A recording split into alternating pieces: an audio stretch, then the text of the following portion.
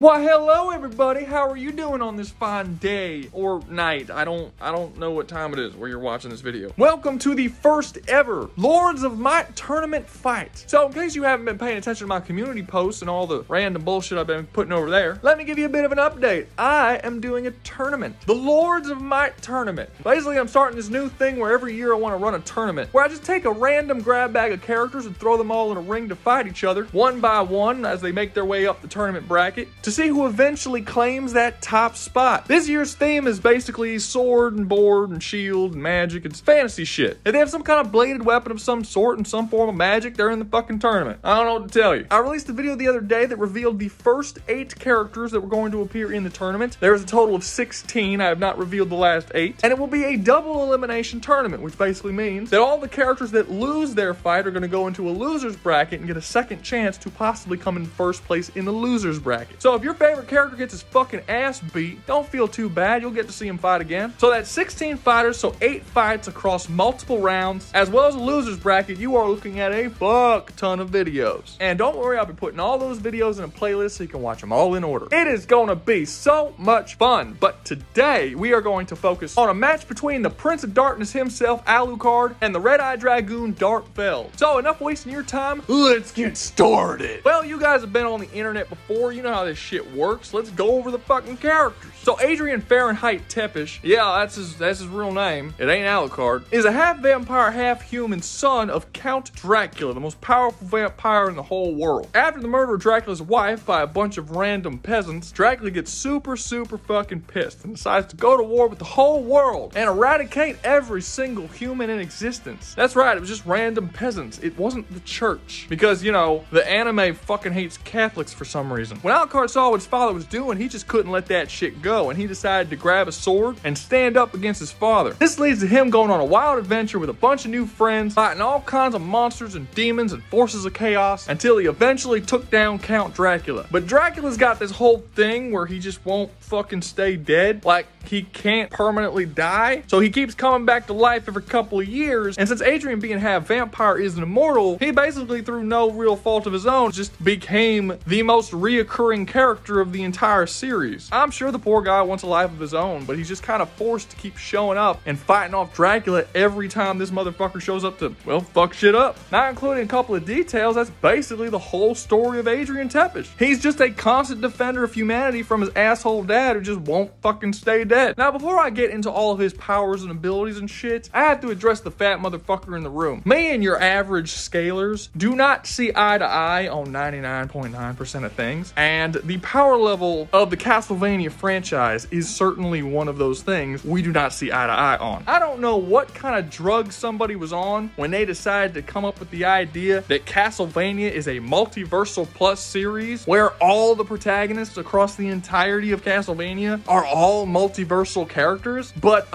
what a massive crock of shit. Based on fucking what? Rhetorical question. I know what it's based on. It's bullshit. So there's actually a couple of reasons why people think this. One of them is Castlevania Judgment, which is basically like a Super Smash Brothers type thing where they took a bunch of different characters from the Castlevania series and threw them all into one game as some fun crossover. And there's a villain in that game called the Timekeeper that was going to destroy all of time. And everyone needed to come together and stop him from destroying time. And every single main character in the whole series was basically in this game, and they all got to defeat the Timekeeper in their story mode. Meaning they all beat a dude who could destroy time. That's like a universal thing. I don't know where they got multiversal. Apparently Castlevania has infinite timelines. I don't know where the fuck they got that. Castlevania's got one timeline and a couple of different continuities, but it's just one timeline. I don't know where they got that. Like, if you go to things like the fucking dreaded versus battle wiki and shit, and you go to their attack potency, you click on it, it'll say low multiversal because the Timekeeper was going to erase all the timelines. Then you click on it and it brings you to a link to a video at the beginning of Castlevania Judgment where there's some text at the beginning of the game where it talks about how he's gonna destroy time. It doesn't say shit about multiple timelines because Castlevania doesn't have multiple timelines. There are multiple continuities like the Lords of Shadow games. That's not a different timeline, it's just a totally different gaming continuity. You can't count that as a separate timeline. Anyway, point is, regardless of what character you pick, you end up defeating this Timekeeper person, and that is why people say, well, he's multiversal. Okay, a couple problems I have with this. One, he didn't actually destroy any of the timelines timelines because the whole game he's trying to acquire power to destroy the timeline. He never actually acquires that power in the game. That's why he doesn't do it and you kill him before he gets to that level of power. So even if that game was canon, it would be bullshit. But it's not fucking canon. It's just a fun bullshit action game where they decide to pull all the different characters from all Castlevania games and throw them into one place. It's just a fun little spin-off game. You can't up the power level of every fucking character in the entire series because they appeared in one fun crossover game that maybe might have eventually down the line had some kind of universal or multiversal feat, but that never actually happened. What a crock of shit. The second reason why people say this is because of a character called Chaos. So Chaos is basically the devil in the Castlevania world. He's the opposing force of God, and he basically gives evil throughout the Castlevania world their powers. All of Dracula's powers come from Chaos. Chaos himself is capable of creating universes and shit. Here's the issue that I have with this. Chaos has never fucking fought anybody one-on-one. He's just the devil being. No one's fought him. Some people say that Soma fought him. No, he fucking didn't. Soma fought an avatar of Chaos. He never fought Chaos himself because Chaos doesn't come down in his own form. He just sends out avatars. His avatars are not that powerful. I don't know why people jump to the conclusion that the avatars of Chaos are the same power as Chaos. Well, I do. It's because they're trying to force the fucking universe into a much higher tier that it doesn't belong into. But, you know, fucking stop. Last one that I've heard many, many times is that Dracula's castle has a bunch of different multiverses in it, and it is sustained by Dracula, so Dracula has to have the power to sustain multiple universes with his own power. Again, no the fuck he doesn't. The castle wasn't built by Dracula. The castle was gifted to Dracula by Chaos. Dracula doesn't have to sustain it. In fact, when Dracula dies, Alucard takes over as leader of the castle. The castle is essentially just a car that can be driven around by anyone. It doesn't have to be sustained. It's not a feat to drive it around. This shit is so ridiculous. I don't understand why people try to force this point. I mean, fuck, a lot of them try to argue that Alucard has infinite speed. Why? Because he beat Death. How does Death have infinite speed? Because at one point in one of the novels, he blitzes the fuck out of this guy named Olrox. And when he does, he says, kill the distance, kill the sound. And then he holds a knife up to Olrox's neck. That's it. They took him saying kill the distance as him literally removing the space between him and Olrox, giving him infinite speed. They didn't even question the possibility that he was just saying a cool fucking line before he killed somebody. They automatically assumed that he was literally manipulating the space between and gave him infinite speed. And then decided to scale every single character who's ever faced death or faced anyone who has faced death with infinite speed as well. The evidence that people need to give people ridiculously high feats is essentially non-existent. And you can go down the list with Castlevania, it's with everything. They give them immeasurable strength. Why is it immeasurable? Because when Dracula came back from the dead, his castle activated and raised out of the water. His castle has multiple universes inside of it in a sort of pocket dimension type thing. So they took that as Dracula literally lifting the castle with his own strength, rather than the obvious in-lore explanation, which is that the castle didn't have a master, so it was inoperable, and when Dracula came back, now it had a master and it reactivated, lifting itself out of the water. Also, Castle Dracula does not actually have the weight of several universes. It's just the weight of a fucking castle. It's a pocket dimension, people. The entire scaling community around Castlevania is like this. They take the smallest little bullshit events and then twist them and turn them until it's so godly overpowered that it doesn't make sense anymore. Alucard is threatened by regular people firing arrows at him. How the fuck is he infinite speed if an arrow is a threat to him? This shit doesn't even make sense. I've been playing Castlevania games for a long time. When I first heard how powerful people think that universe is, I was just like,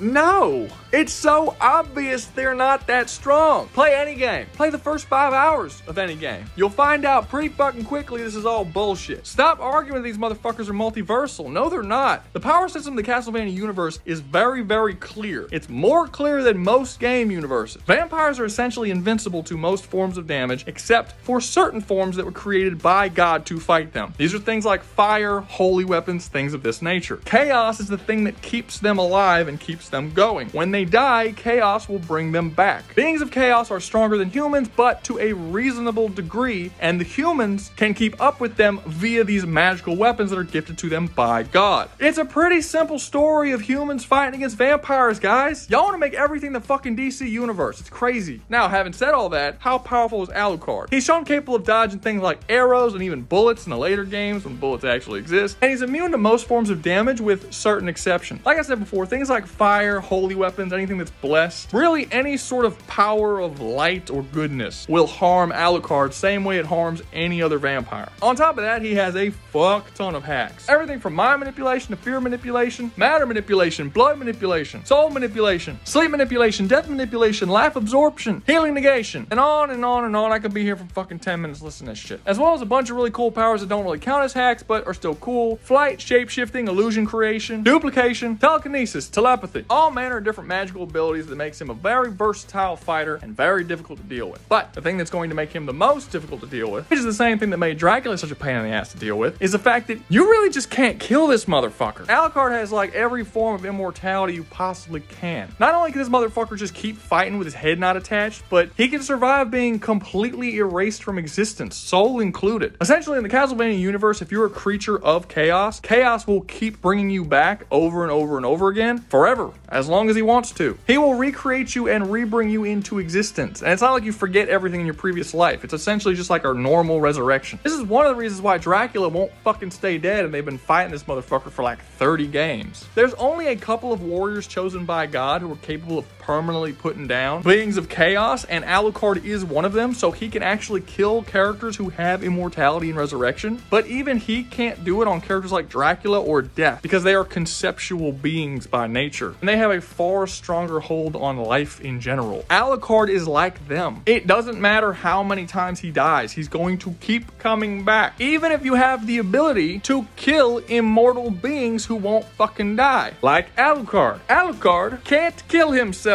How fucking irritating is that? And because of that, this poor motherfucker is doomed to fight with his goddamn dad till the end of fucking time. I feel for you, Alucard, I really do. Now on to his opponent in the red corner, Feld. And fuck. Okay, give me a second. So, Dart was a perfectly normal child living a very normal life in a very normal village. And then all of a sudden, this asshole called the Black Monster showed up and destroyed his village and killed everyone that he knew and loved. But from that point on, Dart swore revenge on the Black Monster. They would hunt it down and kill it. So, he moved to a nearby village, got a sword master as a very young child, and trained up until he was like 17, 18 for the sole purpose of hunting down and killing the Black Monster. When he was around 17 or 18, he left his village and went searching, getting into all kinds of different adventures and all kinds of crazy shit before eventually returning back home, having not been able to find the Black Monster, but now being a very skilled swordsman and adventurer. But this motherfucker cannot get a break. When he got back home, guess what? His new village was also sacked by someone totally different than the Black Monster. Everything was burnt to the fucking ground. After that, Dart's childhood friend and eventual fuck buddy Shauna gets kidnapped by some local bad guys, and that spins off and starts this whole long story about a moon child and a giant Cthulhu space monster and a magic tree that drops fruit, and every time a fruit drops, it brings a new species into the world. And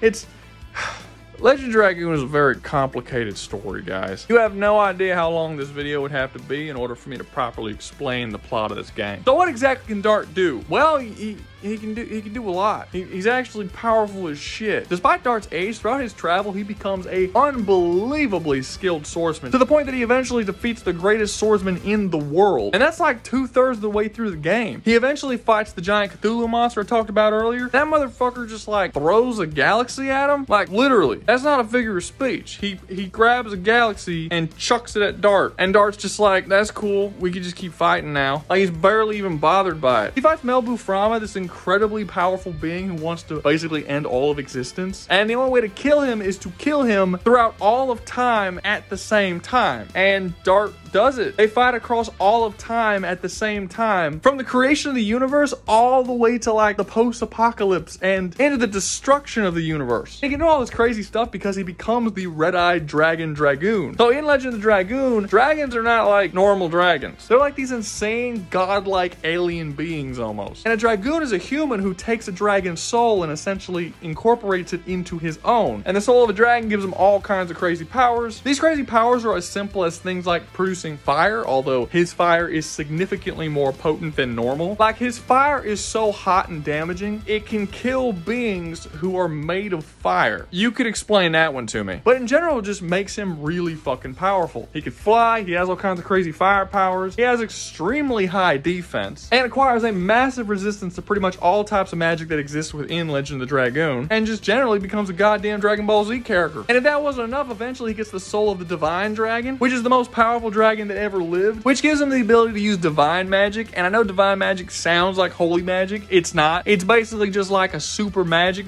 that cannot be blocked, defended against, or resisted in any way. It essentially negates all durability whatsoever and just does massive damage to anybody you do it to. It is the ultimate super ridiculously overpowered magic in the game Legend of the Dragoon, and Dart gets complete and 100% mastery over it. Dart is fucking broken. I didn't even get to his items yet. They give him all kinds of crazy abilities and resistances. He can basically resist every single form of status effect that exists. Well, in that universe anyway. Petrification, mind manipulation, poison, any kind of elemental effects, really any kind of magic at all. So yeah, Dart is basically half human, half dragon space god. He can casually blow up galaxies and tank pretty much everything. So let's see who wins the fight. So I get it. This sounds like a pretty straightforward fight. You have a Dragon Ball Z character going up against a vampire. Obviously, the Dragon Ball Z character is probably gonna win, but not necessarily, because while Dart blitzes the absolute fuck out of Alucard and just completely annihilates him to non-existence every single time he hits him, he can't actually kill Alucard. Alucard will keep coming back into existence even if his soul is destroyed and he's completely disintegrated. He'll just keep coming back again and again and again. And the thing about Dart is that he is kind of like a Dragon Ball Z character where he's powerful, but he doesn't really have a whole lot of hacks. He doesn't have that many different ways of actually defeating someone other than just killing them with his sword or crazy ass dragon powers. And if he can't kill Alucard with his crazy ass dragon powers, which he can't really win the fight. He has a couple of hacks here and there like petrification, paralysis inducement, certain minor forms of mind control, but nothing that Alucard doesn't really easily resist. And it's not like Alucard has absolutely no way of fighting back. I mean, Alucard is capable of just straight up stealing magic from people who he's fighting against. While it's true that his hits aren't going to do jack shit to Dart, they will steal his magic. And Alucard's just going to keep powering himself up with an insane level of super dragon magic. Vampires in the Castlevania universe also have the ability to adapt new powers based on changing circumstances. And while I don't think he's going to suddenly become powerful enough to fight a god level being like Dart, he might develop something cool that may help him fight against the crazy dragon magic. And also, he does have a lot of hacks that Dart just straight up doesn't resist against. Time stop isn't a thing in the Legend of the Dragoon universe. That's something that Alucard has. He can freeze Dart in time, basically making Dart's superior speed completely irrelevant. But then, you know, he can't really damage him while he's in the time stop. So what exactly is going to happen here? You have a character that just straight up can't be damaged by another character, and one character that just straight up can't be killed. So the question becomes, what is more likely to happen? Will Alucard just keep stealing the magic from Dart, who can, by the way, regenerate his magic back just infinitely until he becomes powerful enough to defeat this god level being that can have fucking galaxies chucked at him without any issues? Or is Dart just going to get fed up with Alucard's bullshit and chuck his ass into space? And Alucard's little transforming into mist thing won't really help him because